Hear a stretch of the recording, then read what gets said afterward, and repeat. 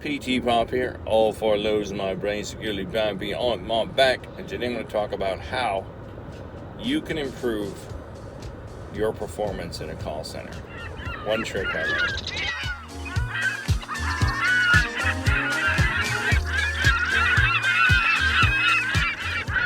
So, one thing I learned in all the call centers is there's always one or two people on the phones that really excel at working on the phones. They're very good at it. And my first major call center I worked in was for a wireless company in Ohio called GTE Wireless. And I was really struggling. I had never had a job like this. And the pressures were immense, and I'd been talked to about my performance and yada yada yada. So I was struggling one day in the phones, and I kept asking. There was a woman that worked on the other side of the wall, of my cubicle wall. Her name was Robin. She was a wonderful woman who saw how bad I was struggling. And she's like, you're really lost, aren't you? And I said, yeah, I just don't know what to do. And she's like, okay. She goes, hold on, I'll help you. This woman got time off the phones. This is just a regular call center rep like me. She got time off the phones, took me aside, and showed me all the tricks that she knew how to get through these different screens. This woman helped me. I don't remember her last name, but I'll never forget her. I'll never forget her because she saved me. And at another job when I was at Wells Fargo Bank in Arizona, I was fortunate enough to have a supervisor. I said to my supervisor, I said, hey, look, is there somebody on the floor that's like your best call center rep? That they got the best numbers and they can help me and I can learn things from them. He's like, yeah, sure, why? And he said, well, I'd like to sit with them. So I sat with that woman. Her name was Dee.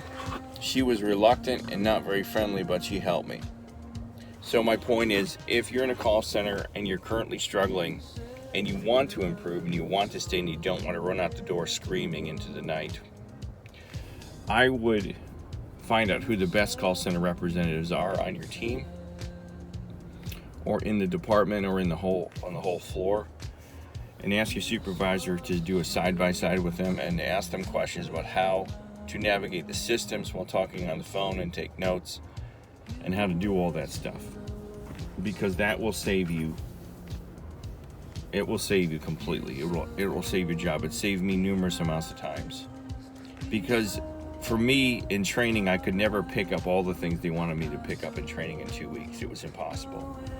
Navigating the systems and learning all the product line. And so what I would do is I would say, hey, Mr. Supervisor, Mrs. Supervisor, I understand that Jeannie over there is our best rep on the phone. Can I please sit with her for a day or two? Can you take me off the phone so I can learn from them and see the tricks that they use to get through these calls quicker?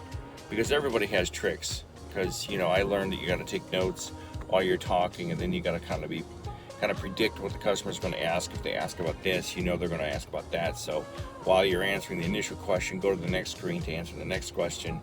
You kind of have to be on your toes with all that stuff. So that will help you a great deal. If you find a mentor on the floor, a coworker or a peer who's willing to sit with you and talk with you, not a supervisor, not somebody who's being held to higher standards than you are.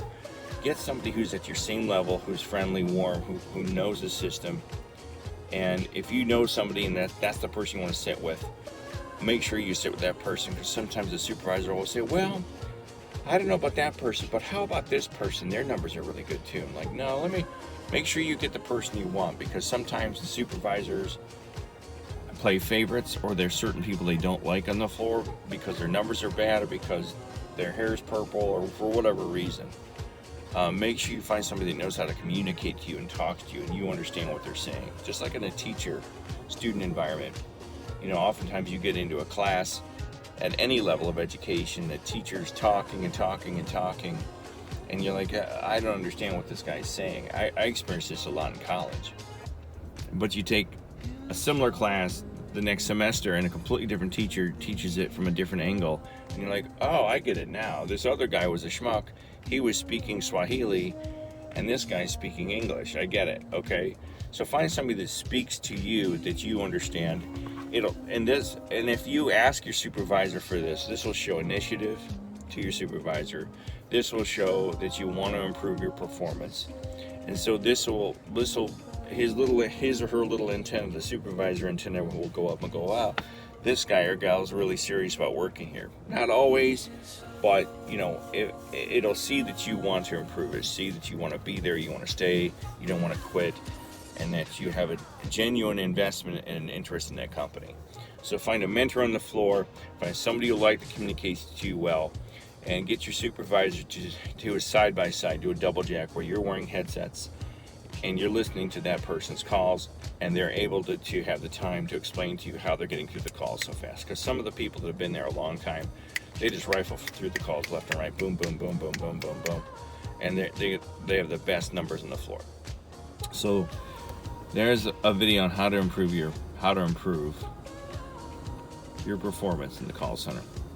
So like my channel, give it the thumbs up, the snooter, subscribe, tell your call center survivor friends about my channel.